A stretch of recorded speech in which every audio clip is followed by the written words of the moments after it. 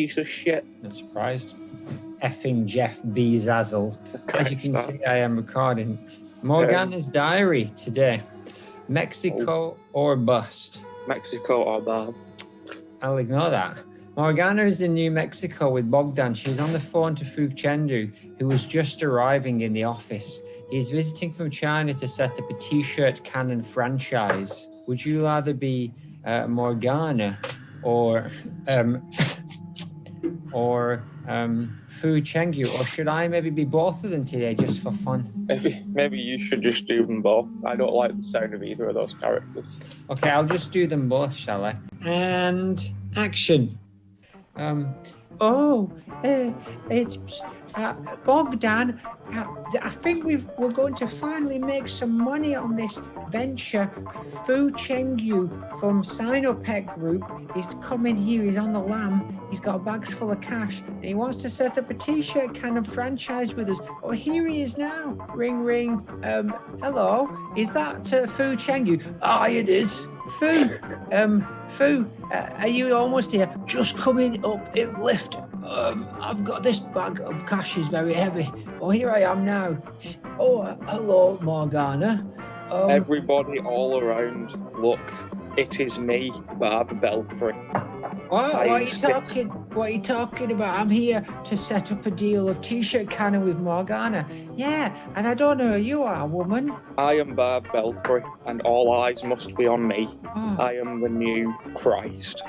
What? But Barb, I'm trying to make a deal here. What do you even want? I want to seduce Fu Chengyu. Well, that makes Fu Chengyu very uncomfortable. Let's go for a meal. Just Fu Cheng me and Fu Chengyu. I think that joke's potentially racist, but even so, it makes me incredibly uncomfortable. Please respect my boundaries as a man and a CEO. I am possibly from Wisconsin. That's not really a response to my question. What was your question? Oh, get off me. It's not a question either. Come here, you. Maude, it's a more good cat. Maude, it's a more good cast. Maude, it's a more good cast. It's Bob. a straight back. Maude, it's a more good cast. Maude, it's a more good cast. Maude, it's a more good cast. Stop it. What? I can't do this anymore. I'm on strike. I will not look at another clip of Maude Flanders until we have covered all of Barb. Everything that Barb has ever been in. Oh, I'm not really sure of this. She's only been in half an episode and we don't even know if it's canon. But go on then. Do the song. Yes, I can. Barb. It's a Barb Belfry Van Horn cast. Owner of St. Giles Orphanage and wife of Sideshow Mel. American flag javelin thrower until her breasts became too big to be an athlete anymore. Barb, enemy of Kostas Becker and short-term girlfriend of N. Flanders. Devout Christian open marriage. Sadly unrelated to M. Flanders Goodman, maybe. Bagels from the mini fridge Jugaloo. If she Barb Belfry, it's the Barb Belfry podcast, episode 1. Ooh. All right, you've persuaded me. I'm going to go with it, but listen, that doesn't tell us anything. So we're currently in the car. We're driving to Springfield Township with a mystery man who's driving with a bag over his head, and he's got 2 kids who also have bags covering parts of their faces. Is this canon? Yes, it is a t-shirt cannon. All right, listen. Sorry, lads. Boys, the car has oodly-doodly only gone and broken down. All right, out here on the very edgily of Springfield. Doodly. Oh, we're right next to Sideshow Mel's mansion. Boys, can you just get out, oodly, and see if Sideshow Mel has any tools around to fix our knackered car? Yeah, well, that ties in nicely anyway. In what way? Well, we are here to talk all things Barb. I'm still not 100% sold on on whether this is canon. Yes, it is. It's a t-shirt cannon. Listen, all right. Listen, knock on the door then. Let's see if Sideshow Mel's in. Hello, I can do the voice. Hi, Mel. Hi, who are you? I'm Zazz, and this is Brendan. Hi, Mel. What can we do for you? Your car looks effing knackered there at the bottom of the street. Slam! Yeah. Oh, shit. I've not brought the keys. I'm only What looking keys? at my effing mansion. Who has the keys? Oh, Barb's got the keys. And the Who? orphans have all bloody gone out watching Squid Game 2. Is this canon? Yes, it's T-shirt canon. We are the owners of the BBIFDB. Well, possibly, but how can I help you now with no keys to even get in? We need to find Barb so we can get in and get the tools. Let's have a look round, lads, and see if we can find her. That's a good idea. Let's have a look for Barb. Here's Zazz. Come over here, have a look. What can you see? I can see just through the window. What can you see there on the mantelpiece? This appears to be Barb's personal office, and from the looks of things, there's some postcards from the Springfield Township, and over there's a postcard from Turn Peaks. Oh, that's which is suspicious. Very suspicious. Lots of connections, and the floor seems to be strewn with low-fat ice milk containers. And there are wind chimes all over the ceiling. Oh my goodness! Is this canon? I don't know. Yes, it's T-shirt canon. Thanks, Mel. I'm still here.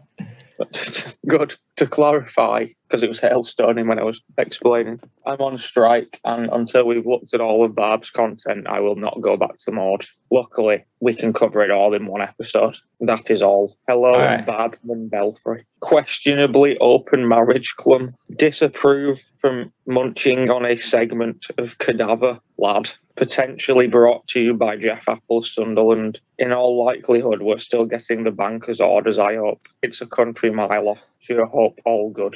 All hail. Corporate imperialism. Sponsors, orphanages. Greene County officials want to make sure the former site of Ohio Veterans Children's Hospital remains a facility that serves families. The country is selling 244 acres on Route 68. And whoever buys it has to use it at the north end of Xenia Township and has to use it as a retreat center or an orphanage. The state closed in 1995, and Stapleton said the children were sent back to their parents.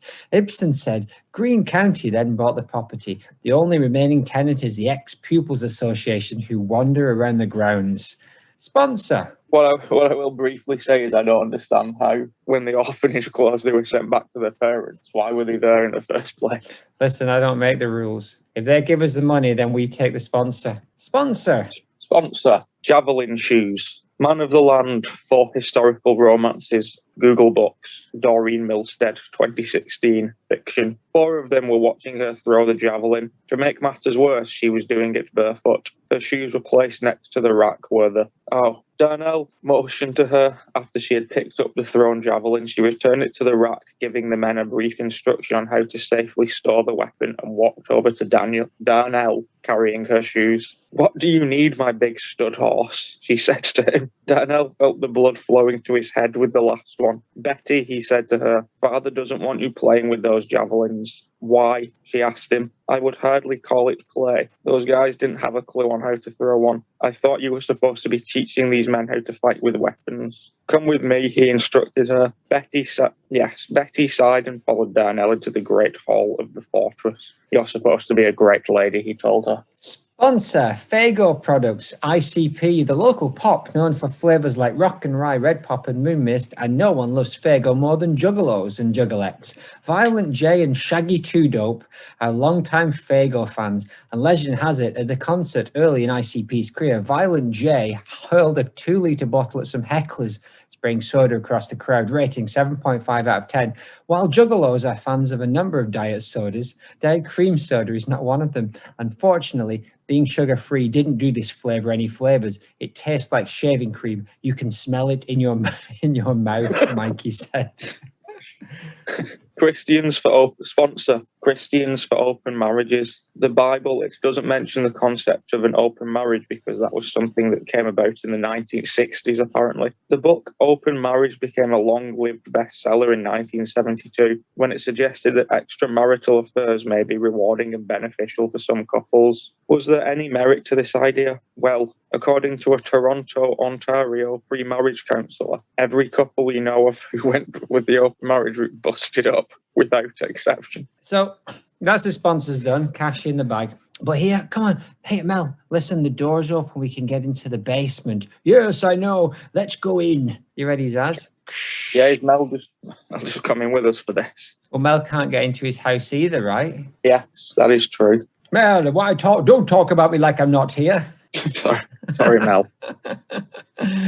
Is this canon? You tell us. Yes, it's T-shirt canon.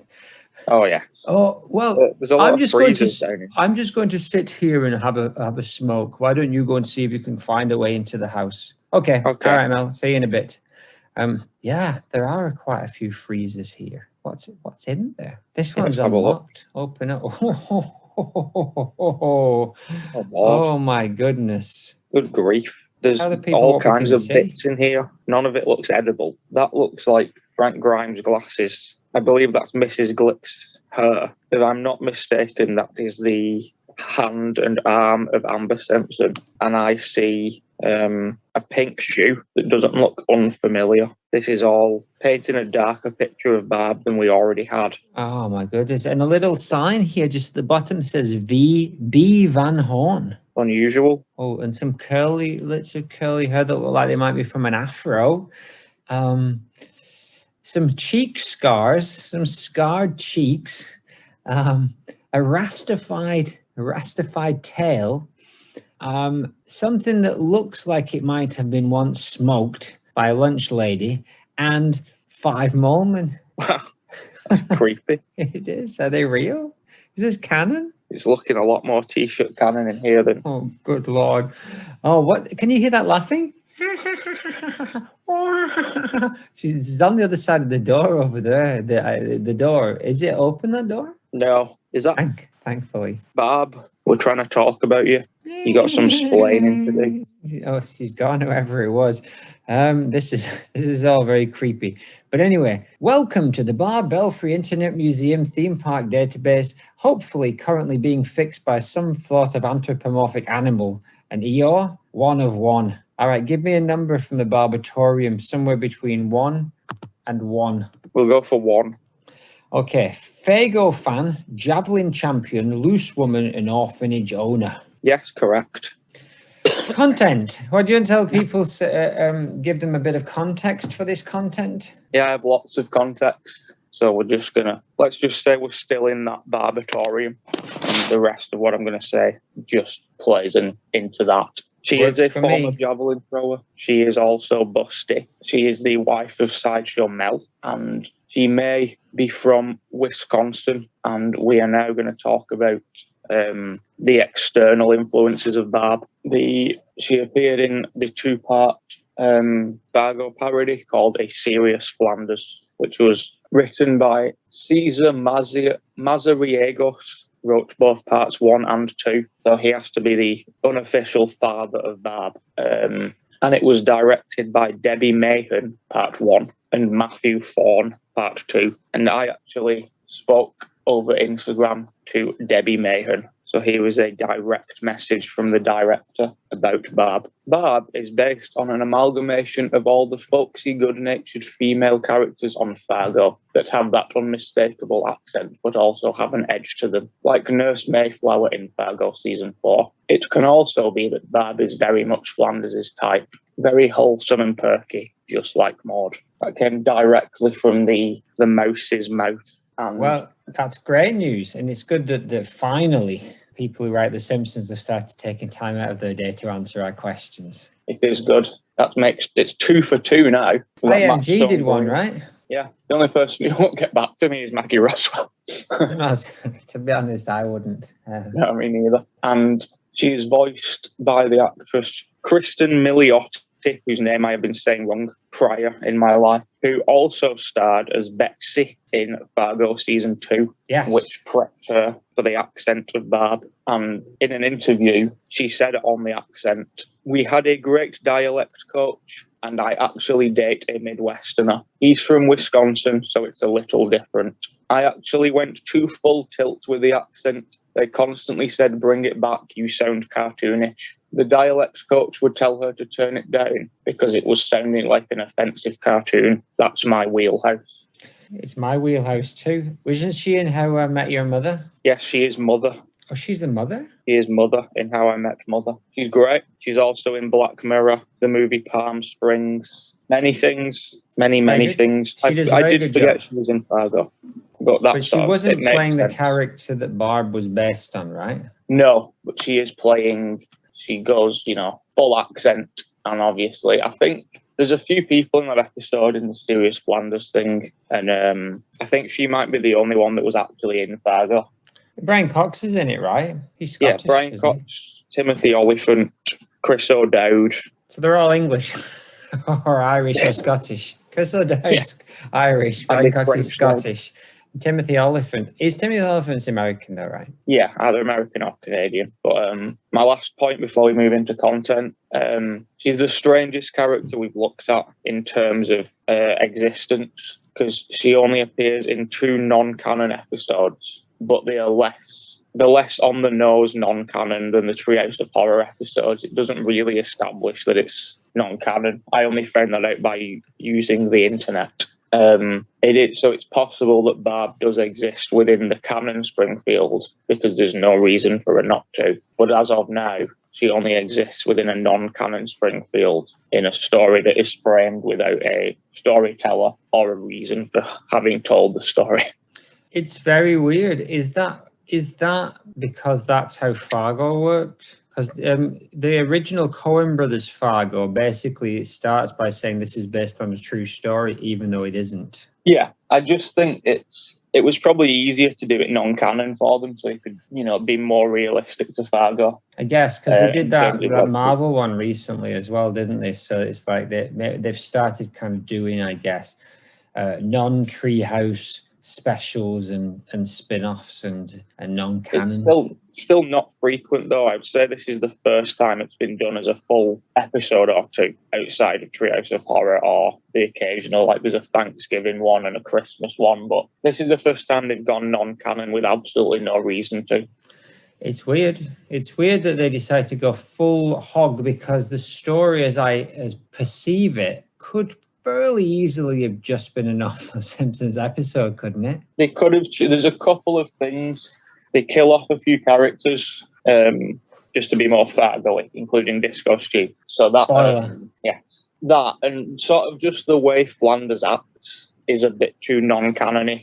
Yeah, he's not really Ned, is he? But he's kind of Ned. He's Ned-ish. No. And also, part 2, fun fact, Maggie isn't in it at all. Really? No. And Roswell isn't in it at all? No, neither Maggie's.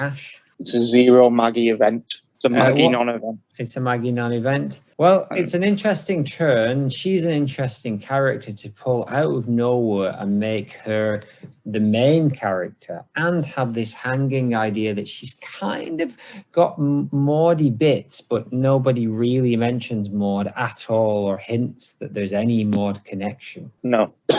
On Quick that one. Yes. Go. A Serious Flanders, Part 1, Season 33, Episode 6.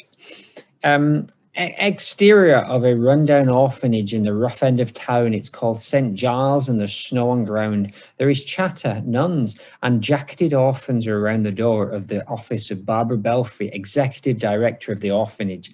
Cut to inside the office. Oh my gosh, in all my years of orphanarial management, Barb is in the office with Ned, and she is pulling a bundle of soft Chaz from... She's pulling a bundle of cash from a Pan Am bag. Where did this come from? There's a javelin throw pick on the wall. She is in a Maude hue and a little more round. The room is clean and lots of nun pictures. I've never seen donations this generous. Why did he do it? She opens the pick of the javelin and there is a safe. She opens and puts the bag inside very excitedly. This town's going to go ape over bananas when it hears about your generosity. More nun pics and crosses over the beach. Ned. Oh, no. I always donate anonymously. Where thou does thine alms, although he did give alms to Homer's brother, didn't he? When thou does thy alms, Barb finishes the sentences, do not sound trumpets before thee. Ned's hand is on the table and Barb almost stretches towards his hand. The oil, the hands. They move the hands and lean in, shouting, Matthew 6:2. They laugh. Barbara clasps her hands. beautiful. I'm going to briefly delve into her appearance. She wears a pink vest with a lilac white shirt underneath, which is exactly the same as Maude Flanders. No change. Nothing slightly changed. The skirt she wears is a slightly more neutral or dull-coloured skirt than Maude's. Other than that, exactly the same. She does have a nice pink bow that is reminiscent of Helen Lovejoy. She has the exact same hair colour as Maude, and she has cute freckles, and yes, she is slightly rounder. To summarise, there isn't a chance that she isn't a Goodman, and we'll come to that later, but it's very likely that she is interested in orphanagerial management because of being abandoned as a baby herself. I would give you that. I think it would have been... Please go on. I think it would have been very fun if the woman had looked and essentially been Maude, and this was kind of a parallel universe where Maude and Ned never met, and Maude eventually went into orphanagerial management and married Sideshow Mel, and then he met Maude and she acted Maudie. And this whole scenario would have been even more weird and funny had that happened. Obviously, no cash for Roswell. It's similar to Morgana in the comics in that it's that sort of idea that's been floated around that he would maybe I've mentioned it quite a few times, but that he would meet somebody who looked like Maude but didn't act like Maude, and that's sort of what's happening here. I'll tell you what I found in her office. An achievement certificate on the wall, which means that she must be good at the job. A poster of a javelin thrower, which makes sense shortly. As you said, lots of photos of nuns and orphans. A hanging poster saying spread love. Some children's toys and a picture of a duck. Some origami swans and some pink flowers. It's a very nice, soft, furnished, pinky room. Yes. I wonder if Ned is sat there thinking, this woman looks like Maude. It would be odd for him to bring up to her that you look like my, dead ex-wife. She doesn't really look that much like her other than she has the same clothes and hairstyle. Yeah, well, in that sense, she looks like her. It's like she's doing a Maude cosplay. Maude cosplay? You might have said that. Oodly oodly, you're doing a Maudely oodly cospoodly. Or is that how you would have said it? That's exactly what he would have said. She's got a very goofy laugh. This is how you, this is almost the Miliot cast, but this is how you come in swinging as a guest voice. This is one of the better. Same with Brian Cox and Timothy Oliphant. Like, when they give them... But not Chris O'Dowd. But not Chris O'Dowd or the French one. When they give them characters instead of making them voice themselves or another celebrity, it just works better. Yeah. It's just more interesting. And this is up there in the new episodes as one of the stronger guest performances. No Elon Musk or Ronaldo vibes here. Did Elon Musk not work very well? Is that the thing? There's a couple of guest voices that are just bad, just real bad. And I would put Musk and whoever else I just said up there. Gaga. Ronaldo. Gaga wasn't too bad. The episode itself is bad, but she is a guest. We'll get to that in the Gwagscast. The two best line deliveries are Donation and Matthew in this scene. And she was definitely abandoned as a baby and grew up to own an orphanage and resent the Goodmans. And if that is the case, I wonder if she already knows who Ned is. Yeah, and maybe she makes a play with that knowledge because she doesn't mess around, right? But Ned's pretty forward too, to be honest. Where did he get all the cash from? Why did he decide to just donate right now? So this is the Fargo setup. I believe Ned's grandfather, who we now know is called Ned Flanders the First, yes. Played by Timothy Oliphant. Somehow ended up putting that bag of cash inside a tree, which then got knocked down, rolled down a hill, and then Flanders, 30, 40 years later or whatever, fell down the same hill and got his head stuck in the tree and found the bag of cash. And then Rod and Todd discuss what to do with it, and they come up with something like jet ski bunk beds, something ridiculous from Todd and something nice from Rod. But then he decides to give it to this orphanage that we've never seen before. No, just comes out of nowhere, right? Yes. Clip 2, Serious Flanders, Part 1. They're at a German Christmas market. A heart of cream is being poured onto a cup of coffee. There is sweet Christmas tunage. We see Ned and Barb. They are the drinkers. Get out of town, says Ned. You, a javelin thrower. They walk. And the signs say non-functional nutcrackers. big stupid candles, and Knoblauch Brautwürsten Schnitzel. Knoblauch is German for garlic. So garlic something. Sausage meat. Fantastic. A schnitzel is the fritter kind of thing, isn't it? It is. Is that the whole scene? Just checking something. My schnitzel knowledge is not big because I'm not a schnitzel eater. Schnitzel is a thin slice of meat that is been breaded. Karage follows a similar thing, and lots of other stuff. Anyhow, oh yes, I would have qualified for the Pine City Junior Throw Olympics. We see Apu Manjula, Indian man and woman, Lovejoy and Helen, Herman and Cletus and Brandine.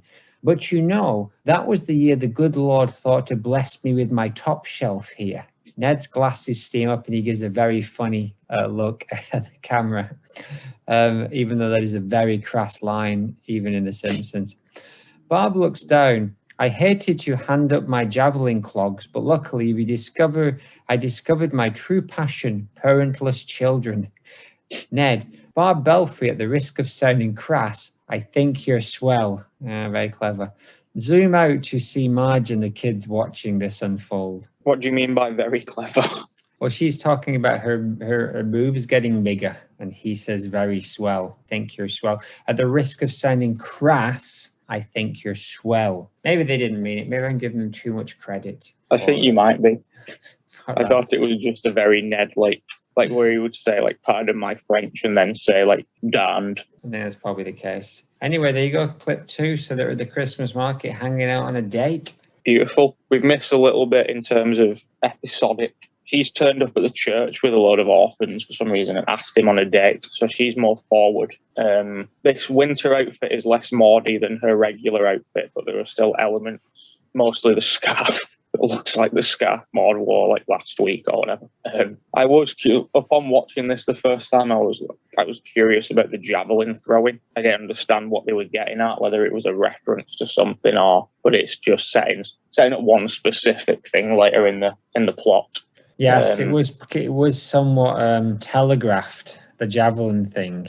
Yes, I do like it though. It's an odd hobby to give this lady. And she is less bashful than Maude about her top shelf. Oh no, she's actually loud and proud in terms of the TS. Yes, Maude would go the opposite way, that she would make them obviously there but not discuss them. Whereas Barb is sort of more covered up of anything, but she's happy to discuss the girls. The elephants in the room. Exactly.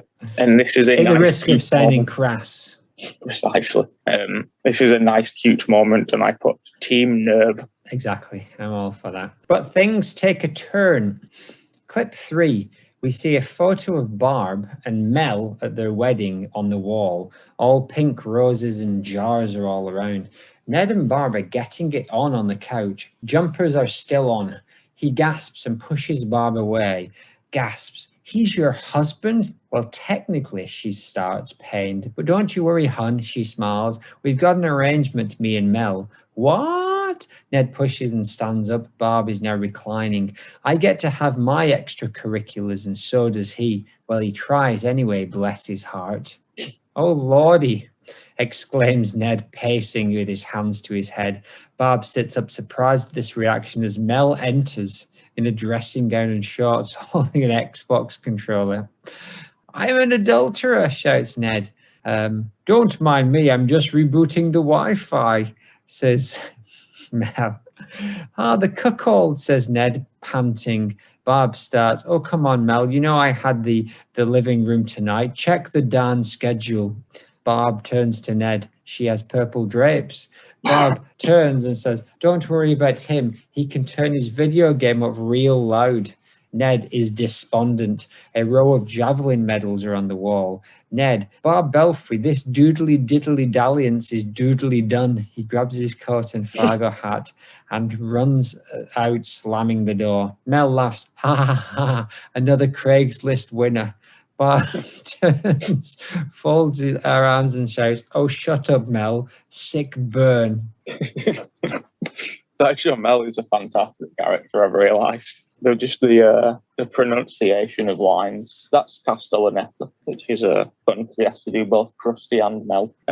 Things I noticed around Barb's home: javelin medals and awards, knitting equipment, pictures of flowers, Humbleton figurines, which is something that Ned's been seen collecting before. Just sort of the nice little plasticine things. Photos with Sideshow Mel at Comic-Con on a ski lift, winning an Emmy, and at the wedding. A poster that says faith, hope and love, and several pictures of windmills, which was, I don't know if that's a Fargo thing. No idea. But that part of the country might have a lot of open, flat spaces. Yes. In reference to the actual content, this is the clip where the Maude comparisons dwindle, I would say.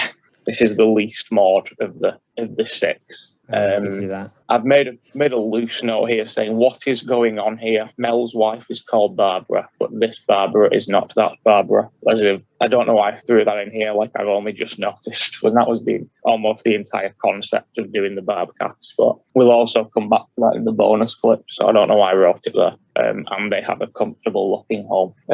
This is this is Ned acting like Ned, but it's sort of, I think any character would have sort of had this response mostly. This isn't specifically because of Ned as a character, it's just sort of a morality thing, I would say. And I do like it for Barb, though. Again, she's to say it's taken us, we're on 50, 55, 56 episodes to uncover the closed box that is Maude Flanders. And say that Barb opened her box straight away. At the risk of sounding crass. Yeah. I like the dynamic she has with Sideshow Mel, though. It is, and it is a twist. Going into this, watching this episode, thinking, seeing the pictures of Barbara beforehand and just thinking, well, she's got to be related to Maude somehow. And then watching the episode and finding out that she's the javelin throwing, polyamorous, openly married wife of Sideshow Mel was a very unexpected twist that I enjoyed. It's a weird one. It's almost as if they just picked it randomly out of the bag of character twists. It's like, okay, well, this character is A, married to Sideshow Mel, and B, has an open marriage. Okay. And it's a Fargo parody. Off you go. That does sound like the South Park thing about Family Guy, where it's just like manatees picking balls with words on and putting them in a machine. That tells you what the joke's going to be.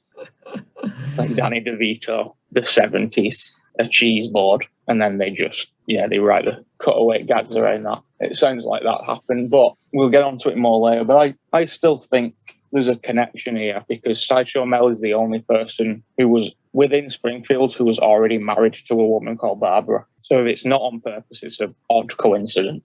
It's a very odd coincidence. Too odd for me. Far too odd. I don't buy it. Are we ready for clip 5? Yes, but I think we're only on clip 4. Clip 4. A Serious Flanders Part 2. Barb enters the office and turns on the light. She gasps and says, "What in the name of blue heck are you doing here?" Ned in his tracksuit is sitting on the chair, John Hamm-like, smiling and blinking Ned. Barb, huffy, hands on hips.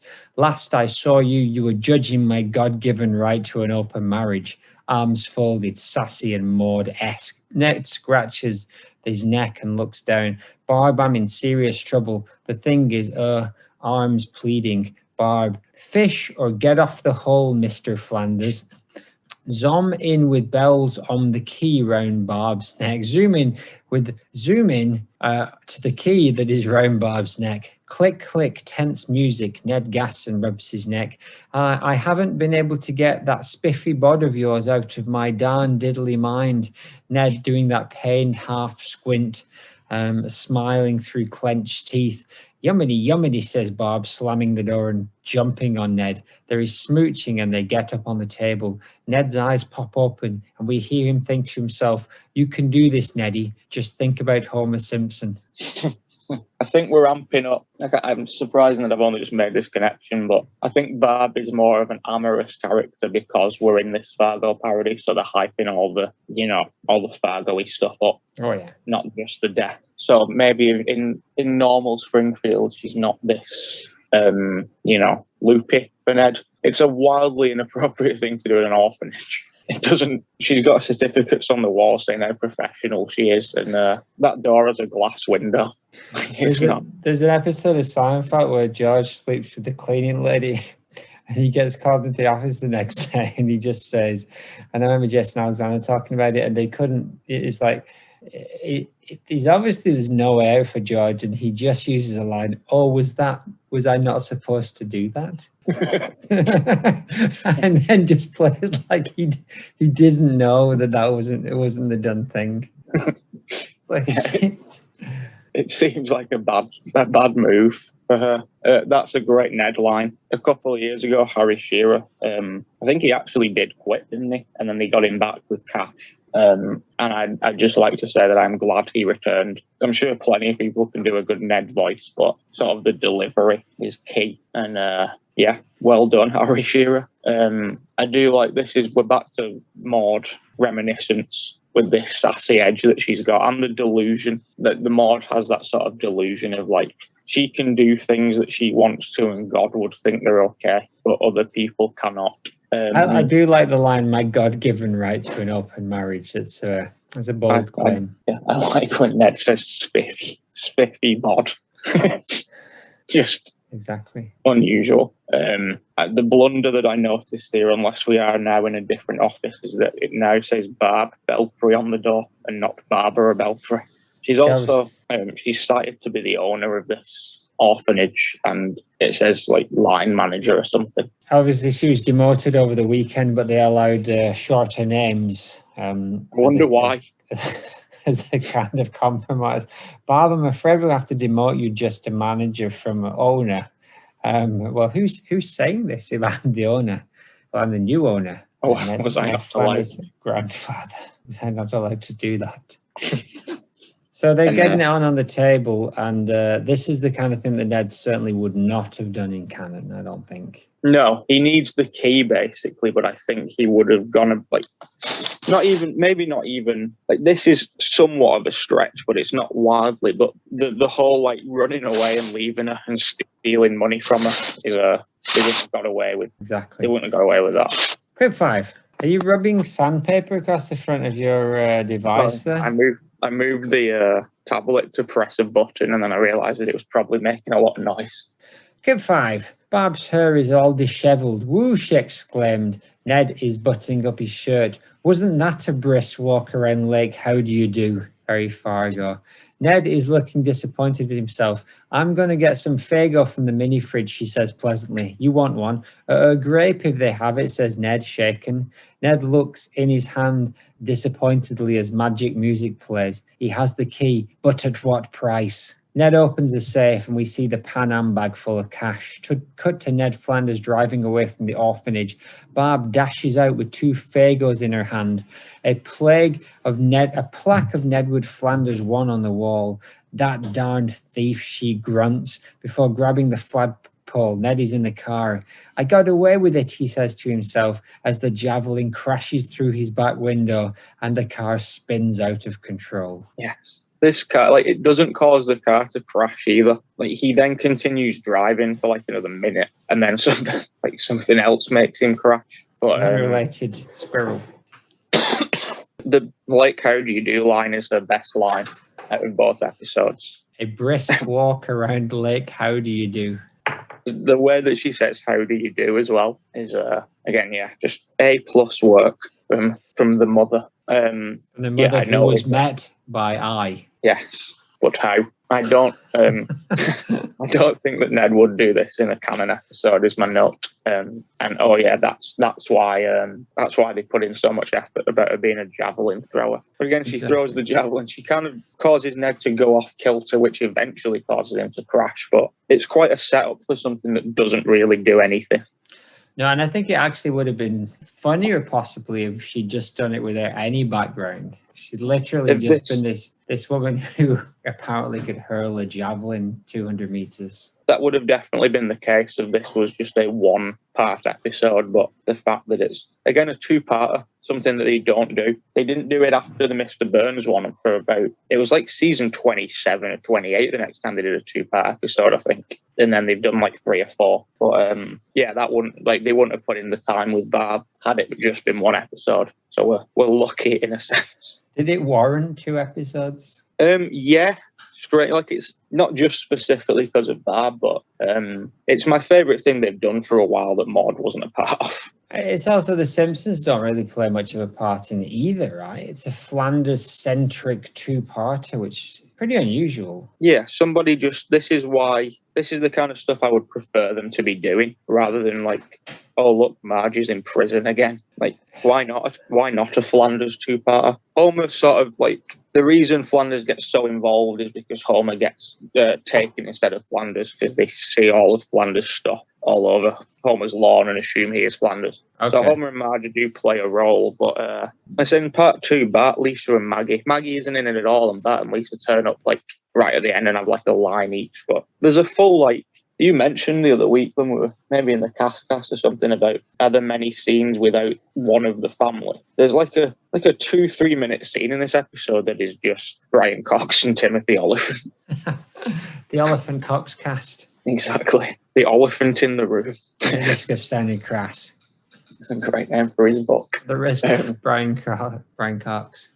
Precisely. Crassness within his own name. Yeah, that's pretty much all I have to say. Chenanda Lebong.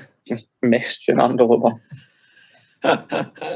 That's great. Well done, the writers of Friends. Is great. Clip 6. I don't think we've ever mentioned Friends before. I think occasionally we've mentioned the odd thing, but not a lot. We've certainly not mentioned Chenand Lebong. No, I like it when Joey asks the ladies how they are. Well, I like it when it's Thanksgiving and Joey's introducing the hot girls to the new world. Oh yes, and Monica headbutts a turkey. I like it when they were the fat suit when that was still allowed. Oh yeah, that Monica was great. It's a shame we didn't see Barb dancing. Barb isn't particularly big. She's just curvy. But she would have been fun. I think she's a heck of a dancer though. Like in the Christian sense, or you think like in the normal world sense? Sort of disco realm. I could see her doing well in the disco realm. Oh, let's see if she does appear in the post-apocalypse verse. Clip 6. Homer is hugging the Pan Am bag. Barb runs for the bar and pints at home. Barb runs from the car and points at Homer. Everybody around, look at this man. Ned is unconscious on the floor next to him. Jasper, Largo, Carl, the Van Houtens.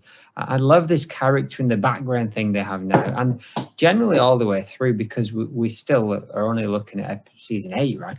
That just the level of detail now is much increased, though they didn't necessarily take massive advantage of it with a bunch of Easter eggs or whatever, right? But I guess that you can only do so much on that time frame they've got. Great detailed animation. Barb gasps and points at Homer and says, "He saved the orphans." And the flag, look at the burns on his saintly arm. And his arm looks like molten flesh. Barb says, "Oh, this husky gent is an American hero." Homer grins. Marge puts down her head and shakes. Not like that snake Ned Flanders, says Barb as she takes the bag. Why, he stole this money. And she looks at the bag. After trying to seduce me out of my happily closed marriage to Sideshow Mel. Everyone gasps and turns to Mel in his top-class jacket. That he explains arms fist by his side. Mel has got his arms by his side, and he says something. Where is he, so that I might thrash him? He rolls his tongue, very Blackadder 3. Barb turns and points. He's right over. Gasp! Ned's body is gone. Yes, that is a classic Leopold turn of speech at the start that Barb does there, where she comes in angry. Clearly, like, the setup is that Homer was the first one to get to the car after Ned crashed, and the car sets on fire. And Homer reaches over and saves the bag of money instead of Ned, but then, like, inadvertently somehow drags Ned from the car as well. So that's why Marge is upset. And I think that's why it's set up like Barb. Like everybody's seen him do this, but then it turns out they haven't and they think he's just saved the money. But it is a classic Leopold table turn that we see from Barb here. And American hero, and the way that she says the word seduce. She just says seduce. That's the best single word of delivery we've seen in history ever. There's a lady in the background of this called Strawberry, the one with the glasses and the ginger hair. And she is also a Roswell lady. Oh, but she doesn't get a line here. No, we will come back to her at some point because she sort of looks Goodman-y and she's Roswell, so that connection. Strawberry cast. Yeah, she's going to end up someone's cousin. We all end up someone's cousin. Precisely. But we see Barb one last brief time in scrolling through her phone in bed as the sea captain looks at a picture of her and Mel on the wall, buttoning up his shirt.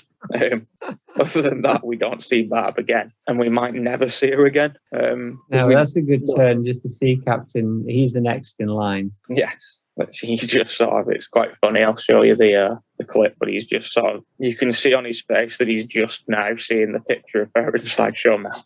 And she's just scrolling. I don't think that would bother him at all. No, he does look uncomfortable though. This might be the last thing we ever see of her, but it's a good wrap up if it is. She's very anti-Ned now. That doesn't get resolved, but to be fair, he just stole a key from her and stole her heart. A lot, I can't remember how much money, but a lot of money from orphans. So, after himself giving it to them. So I can see why she doesn't swing back round to the side of Ned. But this might be it for her. It would be funny if we cut to them riding bunk bed jet skis. That would have been good. I can't remember what happens to. I think eventually the money gets back to the orphans, but I can't actually remember. I do remember something for like Disco Stew gets shot in part 1, and in part 2 they say that something happens on like Disco Stew Memorial Way, which made me laugh. Nice callback. Yeah, that's the lot. Well, you threw in some bonus content, so listen to this one. We live inside a dream. Barb, or both. Inside the bowling alley, Mel is with a busty green-haired, definitely not Barb wife, called Barbara, in the Tudor mansion. Good shot, Barbara. We're just captivated by this delightful plaque, says Mel. A semi-naked Mel is thrusting a martini in the air in Moe's. My Barbara will no longer pleasure me with the French arts, he says. Mel is a fire hydrant licked by Krusty the dog. Krusty, please, my wife is giving birth as we speak. Mel reads the letter. Barbara, I'm leaving you, Barbara. Supermarket Marge is a cartoon book, seems to really capture that word. Mel is 10 meters away, shouts, Zeitgeist. Oh, hi, Mel. Say hi to Barbara for me. Mel shouts, I'm not your messenger boy. Yeah, these are all, I'm sure there's more, and I'm sure Barbara appears in other places visually, but this was what Simpsons Wiki took me to. So the original Barbara looks like Krusty, and I think they'd already established that she was Krusty's sister before you saw her. So I think that's what the green hair is about, which is pretty good. This storyline tells us that at some point things become rocky early on because of Apu showering Manjula with affection, which annoys. We'll come into that real soon in our unless I keep delaying things. After Cockney Watchdogs cast 12, we'll come back to the Maude stuff, and then we'll get up to this. But all the men in town are annoyed because Apu is showing them up by being super romantic on Valentine's Day. But then at some point, Mel does say that he doesn't specify that it's Barbara, but he says that his wife is giving birth, and we have seen Sideshow Mel's son before, and then she does actually leave him at Christmas time, it seems. She leaves him a letter. But then when Marge mentions Barbara to Mel, he doesn't respond as if they broke up. He doesn't really respond as if they're still together. So there is a possibility. Shouts, I'm not your messenger boy, which is a fantastic line. Yes. I mean, especially when shouted across the supermarket. Yeah, for no reason. So this implies that at some point after this, he then met this Barb, but he had enough time with her to go on at least one holiday that involved skiing. They went to the Emmys together and they got married and got to the point where they were jaded with each other. So I'm not buying that they're not the same person, really. No, but So she definitely doesn't look the same. So unless there's been some major physical changes, including height. Yeah. Well, they did give Mo a facelift that time and it changed him completely. But this is where I'm going to get all Twin Peaksy on you with my theories. It sort of depends on Barb's existence, or whether Barb and Barbara are the same person. To me, depends on who's telling this story. So if Ned's telling the story, has he changed the real Barbara that the green-haired Barbara? Has he changed her appearance to look like Barb in this storytelling in his own head to make Barb more desirable to his audience, which are probably Rod and Todd? So by making Barb more Maude-like in his own storytelling, makes them gravitate towards her, because he's probably doing it in a sense of he could be telling them how he met their mother. Who knows? Who knows? I'll give you that, though. So if Ned's telling the story, I believe that Barbara Krostowski / Van Horn and Barbara Belfry are the same person. However, if the storyteller is an uninvolved party, i.e.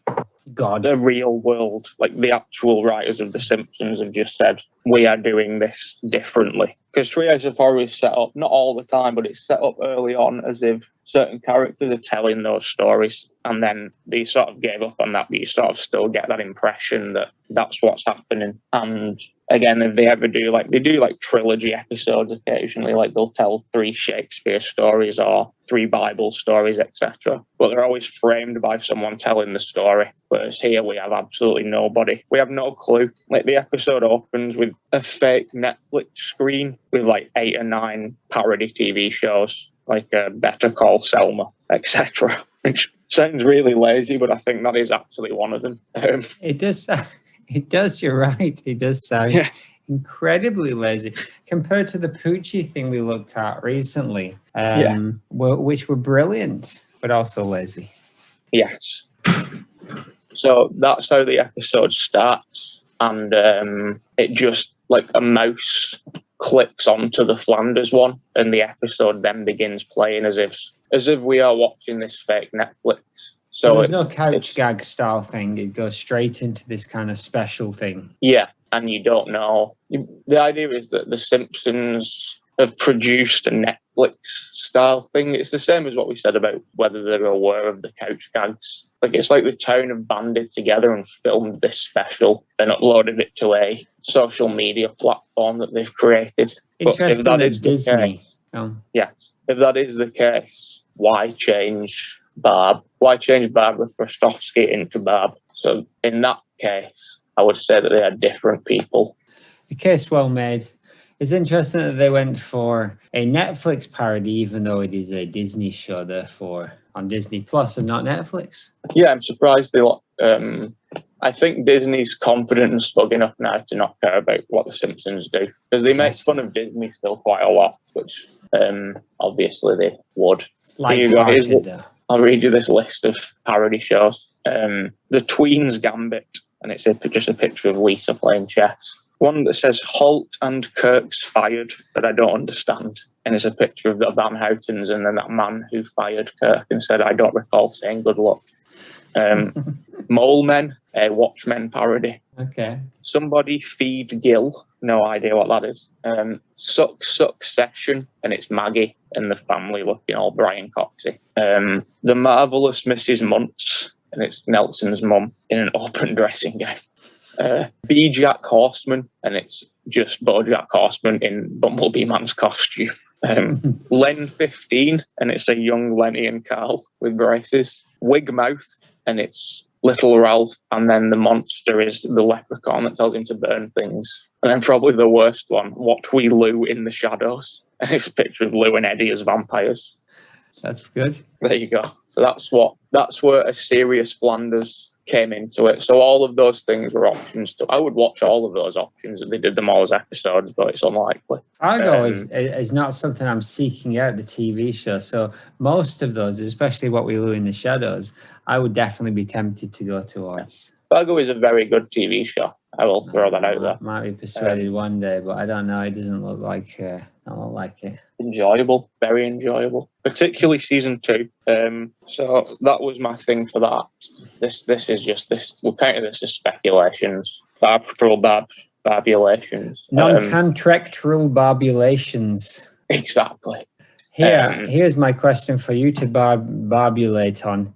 What is her connections to Maude, to Springfield Township, and to Turn Peaks? If she is, we're going to say that she isn't Barbara Krostowski for now. She is definitely Frank and Marilyn's first child, and they had to give her up, probably because of Magdalena and something stupid. And she's basically spent her life trying to not have other people be orphans. So I would say she's Maude's unknown older sister. Is that canon? I think Mel's got the T-shirt canon. The last person who could possibly be the storyteller as well is Barbara Krostowski herself. But I wouldn't know why she would be telling this story, and it would involve her having to have an intense Maude fascination to the point where when she pictures herself, she sees Barb. And the only thing that I can give off of that is I looked up what the word Belfry means, because Belfry must be her surname is either Goodman, Krostowski, Van Horn, but it's not Belfry. So Belfry is a made-up surname, I would say, within this story. And it comes from the Old French berfoir, meaning movable wooden siege tower. The Old French word itself is derived from the Middle High German Bergfried, which means protecting shelter. The cognate Bergfried, combining the Proto-Germanic Bergen, to protect, or burgers, mountain high place, with frithu, peace, personal security, to create Bergfrithu, high place of security, or that which watches over peace. So if Barbara is the storyteller, she selected the name Belfry to represent that she is the high place of security within the orphanage, and that she watches over the peace of the children, something she wasn't able to do in her own childhood after being turned away, either by Marilyn and Frank or by Rabbi Krostowski. Well, I certainly like that speculation, and I would give you 100% that is possibly true and very nice. Doesn't tell us too much. It gives us a few hints. Gives us a few little hints about how Barb might come back into the Goodman cast. If she is indeed a lost older sister, but not Laurie. But we shall wait and see. And moving on to Barb art. Nothing at all on the internet. Nobody yet has decided to take their time to do any Barb art. No. Also, Barbstagram, nothing. When I typed in hashtag Barb Belfry, there's actually a woman on Instagram who is called Barb Belfry, but she is unconnected, and there's just a few pictures of her standing in her garden. So that brings us... Let's judge those. Let's not. Barb's diary, though. Is there, by any chance, just on a whim... Oh, look, actually, under the freezer. In the freezer. That looks a bit like a diary, is it? Yeah, it's a bit stuck together. I can only get one page. All right, that's enough. That's good enough for us. Here we go. Hello, diary. It's Barb Belfry. I ain't giving nothing away. Today I went shopping and I bought 4 loaves of bread. 1 for Barb, 3 for the orphans. Later on I'm going on a date with Herman, the guy with one arm. He's going to show me how to fire guns. And he said I could have a look at a bomb. I don't really care what Mel's up to, but I don't hate him. I tell you who I do hate, my biological parents, the Goodmans. Bye. Oh my goodness. I wish we had access to those other pages, but shit, I think she's coming. Listen, let's get Hoofit out of here before something real bad happens. Leave that diary behind, and let's never mention what we found in those freezers. Boys, don't you want me to help you fix your car? No, should we do it ourselves, Mel? Bye. Bye, Mel. Oh, bloody hell, mystery man. It's never going to work. We're stuck here. Oh, don't worriedly oodly boodly oodly. It seems that I just accidentally turned off the bloody car by accident. It's actually working doodly oodly fine. Let's go. Oh, you. Oh, you driving away driven by a man with a bag on his head and his 2 children. Only a few hours before we get to Springfield Township. Oh, let's look, Zazz. Look in the window. Is that... I see Barb. What is she holding? It looks like she's holding a javelin, a blood-smeared javelin. And is she dressed as Maude Flanders? She's just blowing kisses. I thought she was holding a t-shirt cannon. It's either a t-shirt cannon or a javelin. The house has vanished. What? Look in the rear view mirror. The house is gone. Oh, good Lord. Is any of this cannon? It's t-shirt cannon. Let's finish with a song. Do it. Who's going first, you or me? Me. Nums and Jasseet orphans are around the door. Soft Chaz own Eom. I've never seen very excellently when it. Generosity, more num oiks, snest. Barb almost stretches. They laugh. Barb classos hands. Noblouch bro worshner schnitzel. We say apu, but you cow upon my javelin clogs. Lucky icky owned my true passion, parentless children. Melody wedding, pink roses and jars, Barbara cling. This diddly dalliance is doodly don. Slimming the door, Mel laughs, ha ha ha ha, another Craigslist winner. Zom in with bells. Dan Dibley, feed Odg. Ned is conconcious. Jasper Lago Carl the Van Houtens. With a Saru. Witcheroo, Grabving locks, Studlers. Seduce. The Isnates. Barabara. Yeah. The end, Barabara. So that's the end of Barbcast 1, aka Madcast 56, but I don't think it's canon. Is it canon? She was holding a javelin or a t-shirt cannon. All right, so hopefully that's out your system now. Next week we can get back to actually season 6, episode 4 of the Modcast. Yes, but it will be episode 5.